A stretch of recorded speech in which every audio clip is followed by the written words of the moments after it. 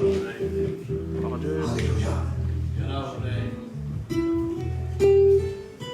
Ah oui. Ah oui. Gloire à Dieu. Béni soit le Seigneur. L'ancien est une bénédiction aussi. Alléluia. Dieu le bénisse.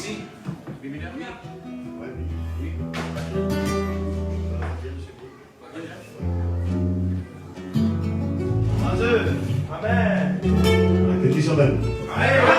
Merci Seigneur. Vous savez pourquoi je suis descendu ce soir? Tout simplement pour me réjouir avec les frères. Parce que j'ai envie dans mon cœur, et parce que l'Esprit de Dieu m'oppresse, Amen, de voir l'œuvre de Dieu, bendito sea el Seigneur, aussi d'avoir ce contact avec les frères et sœurs, et de me réjouir aussi d'entendre la parole de Dieu, Amen, de voir d'autres personnes au milieu de nous apporter la parole de Dieu. Amen. Et je sais que ce soir, Amen, Jésus va nous parler, l'Esprit de Dieu va nous parler, bendito sea el Seigneur. Alors frères et sœurs, on m'a demandé de chanter un cantique. Je ne voulais pas spécialement chanter, je voulais écouter un peu, je voulais m'asseoir. Voilà, laissez-la de travailler pour ça. Pero bueno, somos gente del pecado que no lo pasó otra vez. Como Señor, yo voy a amarte. J'ai d'autres cantiques que je connais, mais là, je ne développe pas. Mon papa est sur mon bleu. Béni soit le Seigneur. On le prend avec lui. Je sais que l'église connaît ce cantique. C'est un vieux chant magnifique. Alléluia. Et on va le prendre ensemble. Comme on le voit Marthe. Alléluia. Juntos.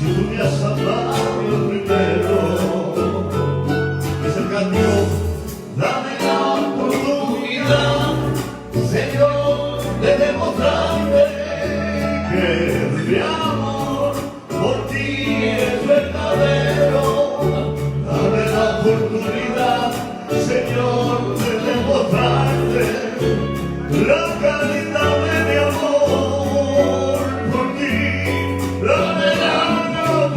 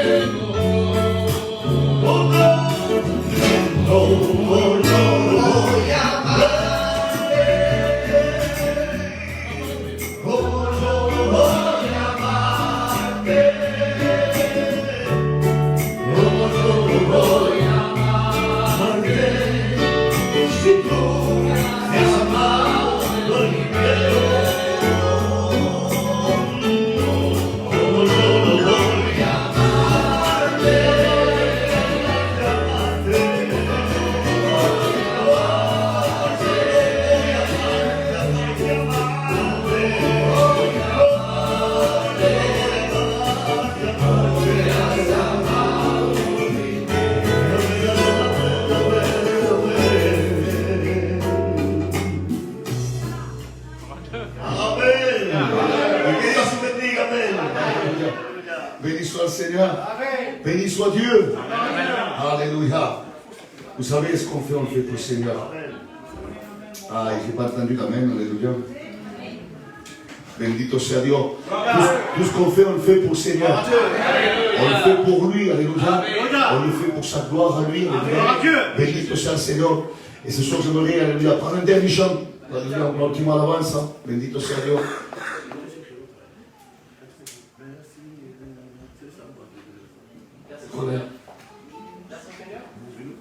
Oui, nous sommes. Amen. Gloire à Dieu. Alléluia. Oui, nous sommes l'église de Dieu. Alléluia. Et on finit avec ce chant, frères et sœurs. Et après quoi, on se mettra la place à la parole de Dieu. Alléluia. Moi, je me la prie de t'entendre, d'écouter la parole du Seigneur. Amen. Voilà. Béni soit le Seigneur.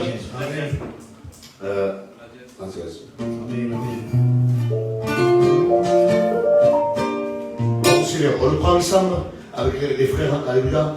Je vais attendre qu'ils chantent. Béni soit le Seigneur. C'est merveilleux. Alléluia.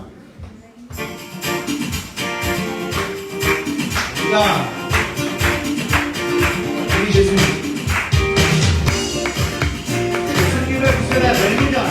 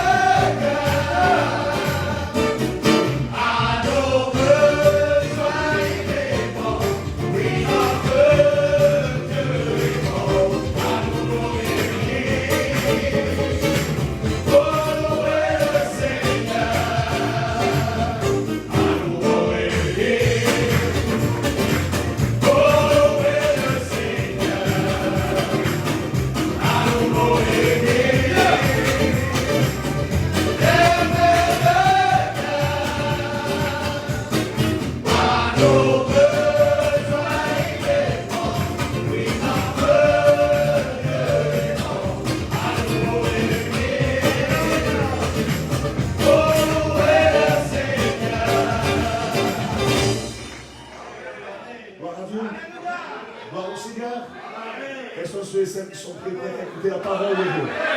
Lève ta main de fort, gloire à Dieu. Un fort et puissant, alléluia.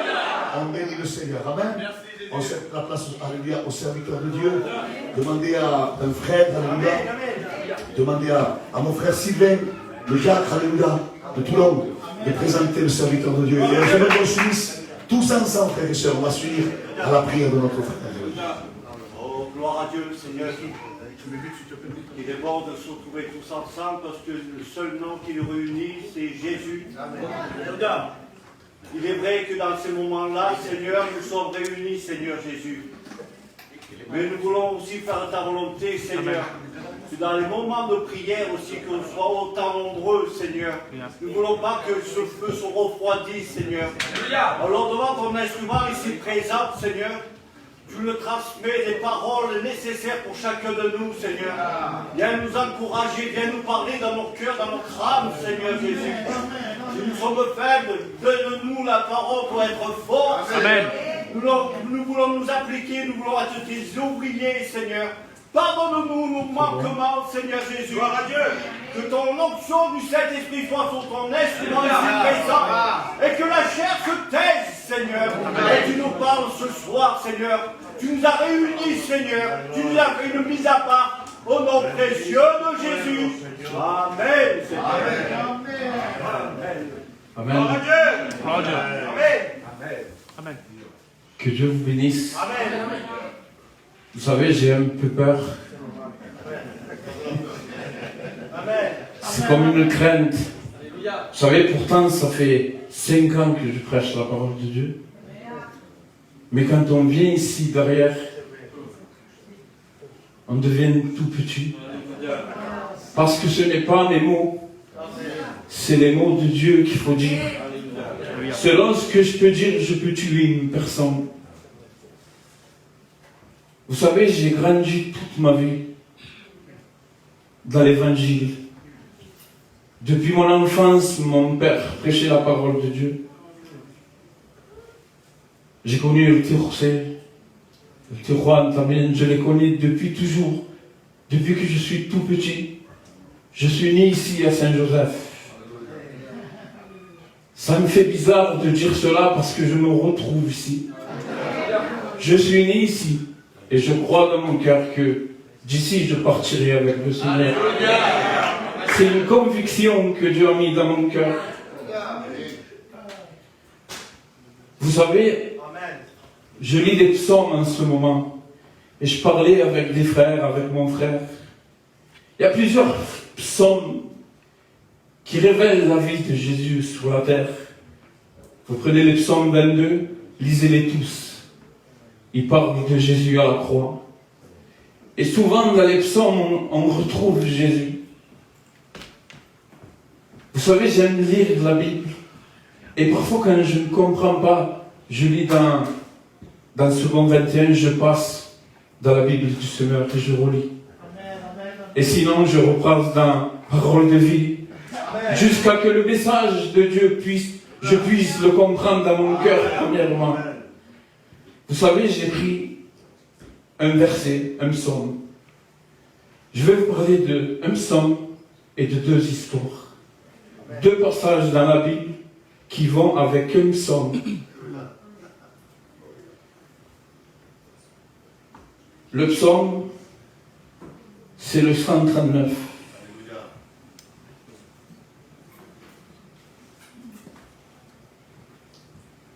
C'est toi qui as créé ma conscience. C'est toi qui m'as tissé dans le ventre de ma mère. Vous savez, j'ai pu lire ce que veut dire tisser. Tisser veut dire plusieurs fils qui se croisent. Il est dit comme cela dans ce verset, on continue. Seigneur, je te dis merci parce que tu m'as créé. Oui, mon corps est étonnant et très beau. Ce que tu fais est magnifique et je le reconnais. Quand tu me formais dans le secret, quand tu me brodais dans les profondeurs de la terre, tu me voyais. Tout et rien n'était caché pour toi. Amen. Et là vient où Dieu a parlé. J'étais à peine formé. tu me voyais déjà. Déjà, tu avais écrit dans ton livre le nombre des jours que tu allais me donner. Et pourtant, aucun n'avait encore commencé. Vous savez, j'ai lu ce psaume.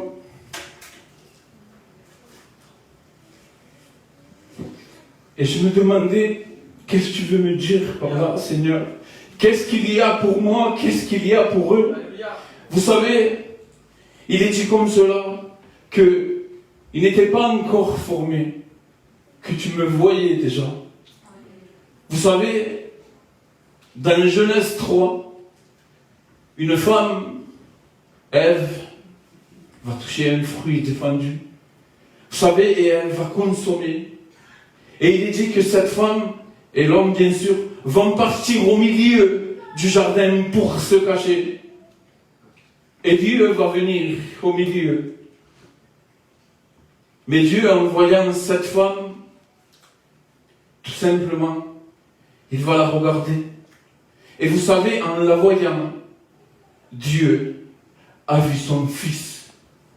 Ce que Dieu a vu en Ève, ce n'est pas seulement la désobéissance, mais ce que Dieu a vu, c'est Genèse 3:15. Amen.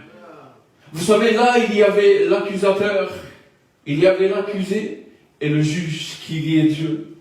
Vous savez, et le diable pensait que Dieu allait la tuer, parce que c'est écrit, le jour où tu mangeras, tu mourras. C'est vrai que Ève a mangé de ce fruit, mais je peux vous dire que le serpent en a mangé aussi. Vous savez, si Ève a touché du fruit, le serpent a touché à Ève. Amen. Et en touchant à Ève, elle a touché à un fruit défendu que Dieu avait planté dans le jardin. Vous savez ce qu'il va faire? C'est à lui que Dieu va s'adresser. Et il va lui dire comme cela. Genèse 3:15. La postérité de la femme t'écrasera la tête. Ève était, je vous demande pardon pour l'expression, n'était pas trop vêtue. Elle vivait dans la honte, la peur. Pour la première fois, l'humanité a connu la peur, l'angoisse. Ce qu'on vit aujourd'hui, nous, ils les ont ressentis. Vous savez, cette femme était là, accusée. Mais Dieu, ça je l'ai appris ici, comme on dit cette chose.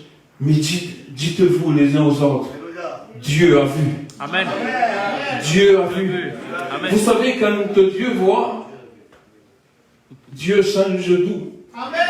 Quand Dieu voit, Dieu change tout. Le deuxième passage que j'aimerais vous parler se trouve dans Jean 8. Il y a une femme aussi qui a été prise, qui a touché un fruit aussi défendu. Vous savez, la Bible dit qu'on l'a attrapé en flagrant délit, ce qui veut dire en flaque. Je pense que pour qu'on lui jette les pierres, elle n'est pas venue beaucoup habillée. Je veux garder un respect en parlant. On l'a menée telle qu'on l'a pris. Et la Bible dit, comme Ève, on l'a placée au milieu. Amen. Cette femme a été placée au milieu. Et ces hommes sont venus et l'homme dit à Jésus, la loi nous dit de condamner une telle femme. Mais je vous répète, Jésus était là et Jésus a vu. Amen. Amen. Gloire à Dieu. La vision de Jésus n'est pas une vision de l'homme. Quand Dieu voit, les choses changent. Quand Dieu arrête son regard sur quelqu'un, sa vie change. Quand Dieu pose un regard sur une maladie, la personne guérit. Quand Dieu voit, tout change. Cette femme méritait la mort, c'était la loi. Et vous savez, Jésus va la regarder. Et les hommes vont être là pour l'accuser, avec les pierres dans leurs mains. Et Jésus va faire quelque chose. Il va dire un mot. Un mot qui nous appartient à chacun d'entre nous.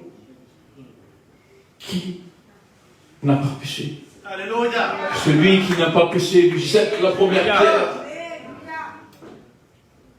On dirait qu'il lui rappelle à ceux qui animaient ces gens-là. qui n'est autre que le serpent qui était dans le jardin. Lui, c'est le premier à qui Dieu a dit cette parole, que celui qui n'a jamais péché, qui lui jette la première pierre. Vous savez, cette femme s'est retrouvée. Elle était ici comme... Et vous savez, il y avait Jésus. Et Jésus lui a dit, femme, où sont ceux qui te condamnent? Elle a regardé autour. Ils ne sont pas. Ils ne sont plus. Jésus a pu dire à cette femme, va et ne pêche plus. Savez-vous ce soir, qu'est-ce que ce mot pour nous? Va et ne pêche plus. Parce que si pour Ève, il avait vu le Christ, pour elle, il y a une autre vision plus grande. Vous savez, cette femme était là et Jésus lui a dit, va et ne pêche plus. Cette femme est allée et n'a plus péché.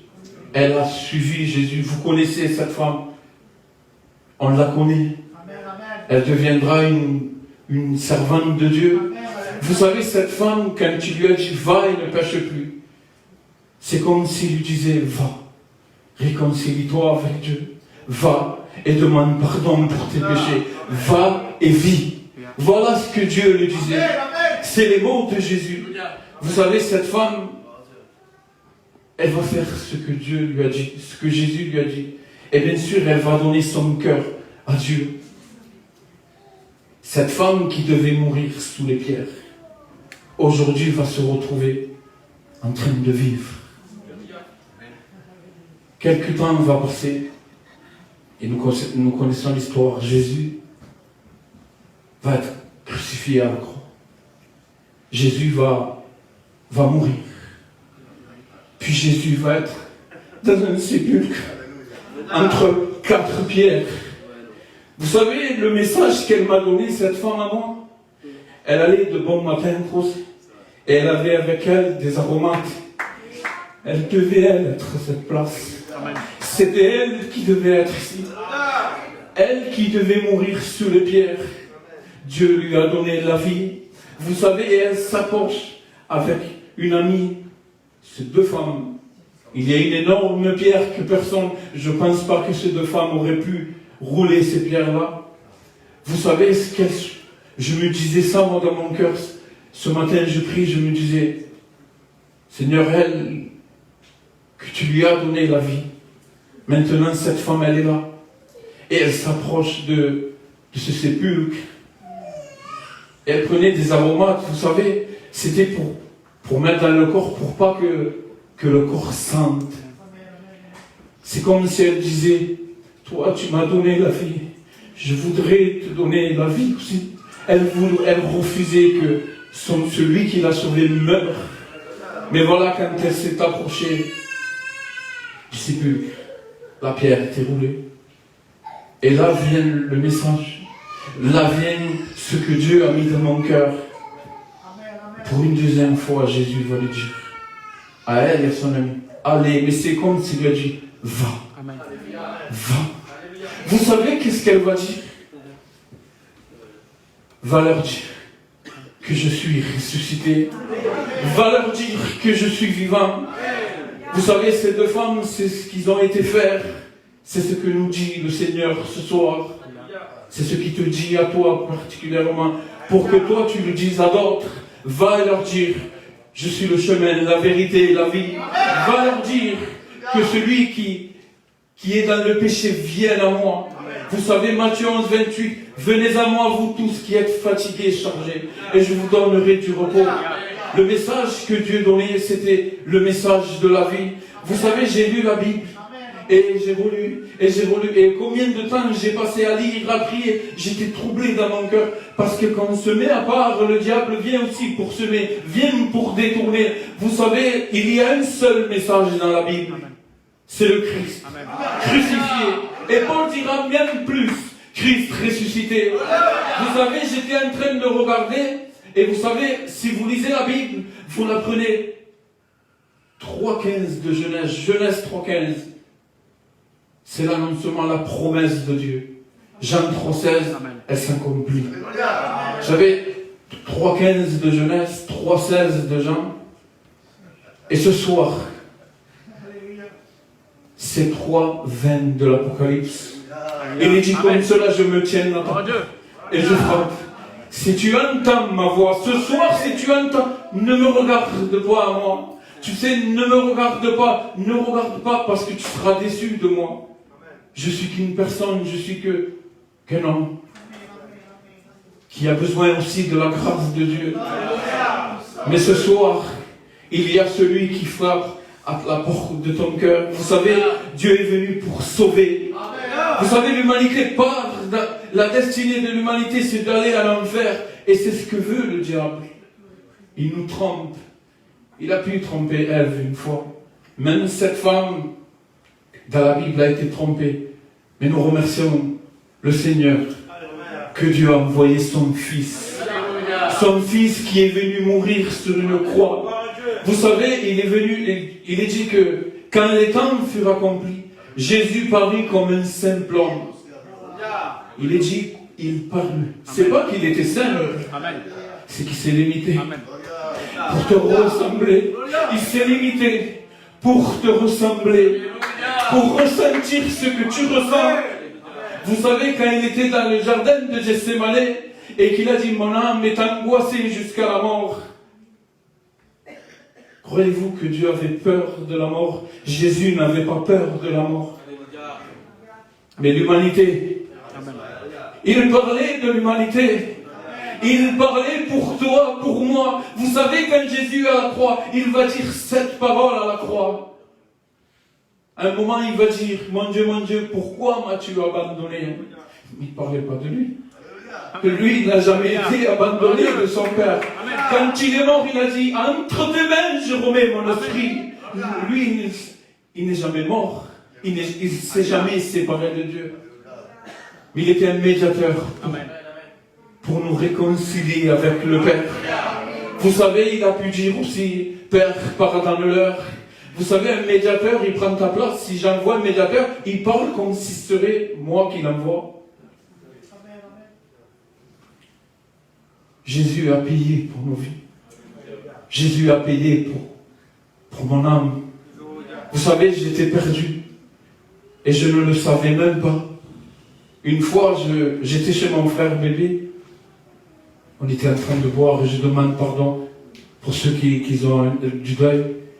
Et je suis parti avec mon cousin, on a pris la voiture. Et on a fait un gros accident de voiture. Vous savez, on s'est écrasé contre une maison, une villa. On a cassé le mur.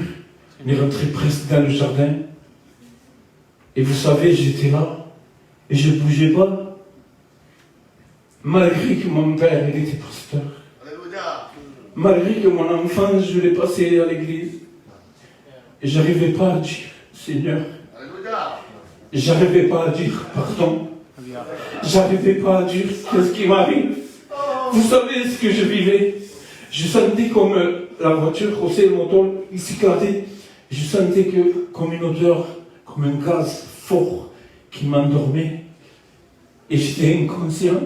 Quelques jours, quelques années plus tard, quand j'ai donné mon cœur au Seigneur, j'ai dit, si je serais mort là, Seigneur, où j'aurais été? Si tu meurs jeune et que tu n'as pas fait la paix avec Dieu, où tu serais? On peut avoir 20 ans et mourir. Aujourd'hui, les jeunes de 20 ans meurent par des fusils. On peut mourir dans l'autoroute par un accident ou en faisant de la moto, peu importe. J'avais pas de force pour dire pardonnez-moi parce que j'étais bu, parce que je sortais d'une fête. Vous savez, parfois on n'est pas conscient quand nos parents nous disent ne fais pas ci, on n'est pas conscient, on est rebelle. On pense que toi tu as fait ta vie, moi je veux faire la mienne. Mais il vient un jour où on est confronté à la réalité de cette vie. J'étais comme cette femme. Je vous demande pardon, comme il a dit le frère. L'homme est nu. Et c'est pour ça qu'il a honte. Vous savez, j'étais comme ça. Quand j'ai donné mon cœur au Seigneur, pour la première fois de ma vie, ma mère m'avait donné sa Bible, m'a dit, lis la Bible. Alors j'ai pris la Bible et j'avais peur parce que je voyais diable, Satan, des mots comme ça et j'avais peur. Je dis comment je dois faire, Seigneur, comme mon neveu, comment je dois faire pour m'approcher de toi. Et puis je me suis rappelé qu'étant enfant, on m'avait offert une Bible pour enfants. J'avais 23 ans, j'ai pris une Bible pour enfants. Je l'ai ouvert. Et j'ai lu ce livre. Et j'ai réalisé que ce livre ne faisait pas peur. Amen. Au contraire, c'est moi qui devrais avoir peur de moi, de ma vie, du chemin que je prenais quand j'ai lu ce livre. J'ai pris la Bible. Puis j'ai donné mon cœur, Seigneur. J'ai passé par des hauts, par des bas. Plus de bas que de haut. Vous savez, un jour j'avais mal dans le cœur. Et on m'a fait un électro et je voyais que le truc du cœur faisait comme ça. Des hauts et des bas. La vie même nous rappelle qu'il y a des hauts et des bas dans une vie. Le cœur même le révélait. Je regardais ça, je voyais qu'il y a des hauts. Et moi j'avais peur de voir plus de bas. J'avais peur, je disais, qu'il monte. Et quand je voyais que ça remontait, j'étais content dans mon cœur. Ça a laissé un message pour moi. Dans la vie, on aura des hauts et des bas. Jésus va dire dans le monde, vous aurez des tribulations. Mais prenez courage. J'ai vaincu le monde. Vous savez, ce n'est pas le monde qu'on voit. Jésus n'a pas vaincu la montagne, la mer, n'a pas vaincu les herbes, la rivière. Ce que Jésus a vaincu, c'est le péché. Ce que Jésus a vaincu, c'est Satan à la croix. C'est celui qui te trompe. Tu es jeune et tu te laisses tromper. Le diable te trompe. Mais je remercie le Seigneur. Je remercie le Seigneur que Jésus est venu jeune pour comprendre la jeunesse.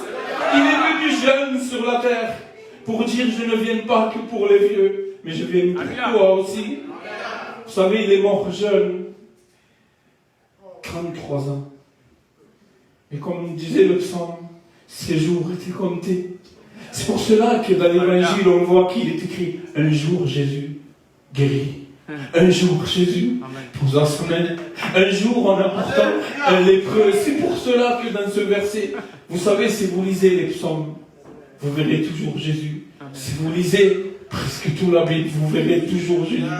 L'Ancien Testament, c'est l'ombre du Nouveau Testament. Je veux et j'y tiens à vous dire cela. Nous vivons malheureusement la fin des temps. J'y tenais à vous dire cela. Savez-vous ce que c'est la fin des temps? Qui sait que c'est la fin des temps? Vous savez, la fin des temps ne veut pas dire la fin du monde. Le monde a encore attiré. Il fut un temps, il y avait la loi. La loi était comme une grâce pour les Juifs, mais pour nous, elle n'était qu'un jugement qui tombait sur nous. La Bible dit quand les temps furent accomplis, Jésus parut comme un simple homme. Il y a un long temps qu'il y a la grâce. Vous savez, si on prend les Jeux Olympiques, la course, et on prend le 100 mètres, par exemple, il va y avoir une course. Quelqu'un qui va courir, il va faire un tel temps. Et ce temps va rester jusqu'à que qu'un autre vienne et mette fin à ce temps. C'est ce qu'a fait Jésus avec la loi. Mais il vient un temps, malheureusement pour la terre, c'est que l'Église doit partir. Après quoi vient le jugement. Et dans ces temps-là, malheur, la Bible dit, la femme qui allait. Malheur à celui qui a pu être ici dans une chaise, qui a refusé cette parole. Malheur aux personnes qui n'ont pas voulu croire. Vous savez, la parole de Dieu, elle est simple. Et Jésus, comme il connaît le temps, et nous savons même nous.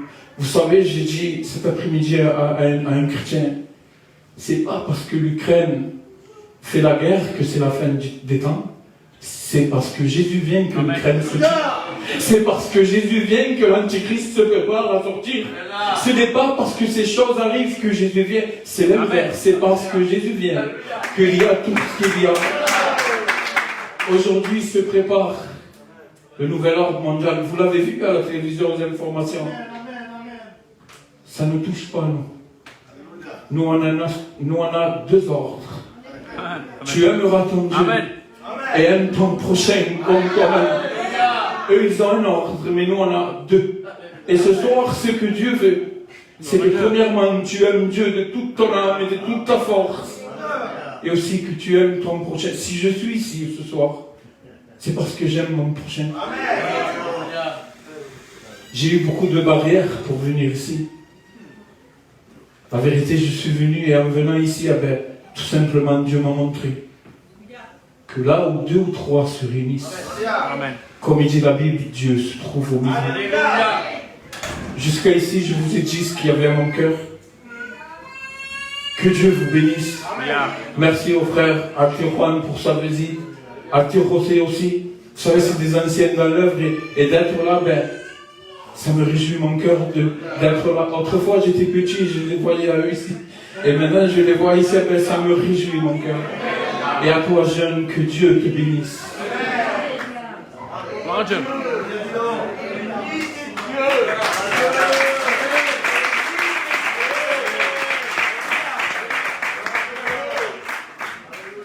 Imaginez quand tu n'auras plus le trac.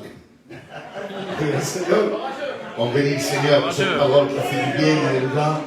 En tout cas, moi, ça m'a fait du bien dans mon cœur. En vérité, ça m'a fait énormément de bien dans mon cœur. Et sentir el Fael, c'est une joie, alléluia, une alegria, un gozo de l'avoir avec nous aujourd'hui. Alléluia, quand j'ai avec nous, c'est l'église locale, mais il appartient à l'église universelle. Il n'appartient pas à Saint-Joseph, il n'appartient pas à une dénomination quelle qu'elle soit. Son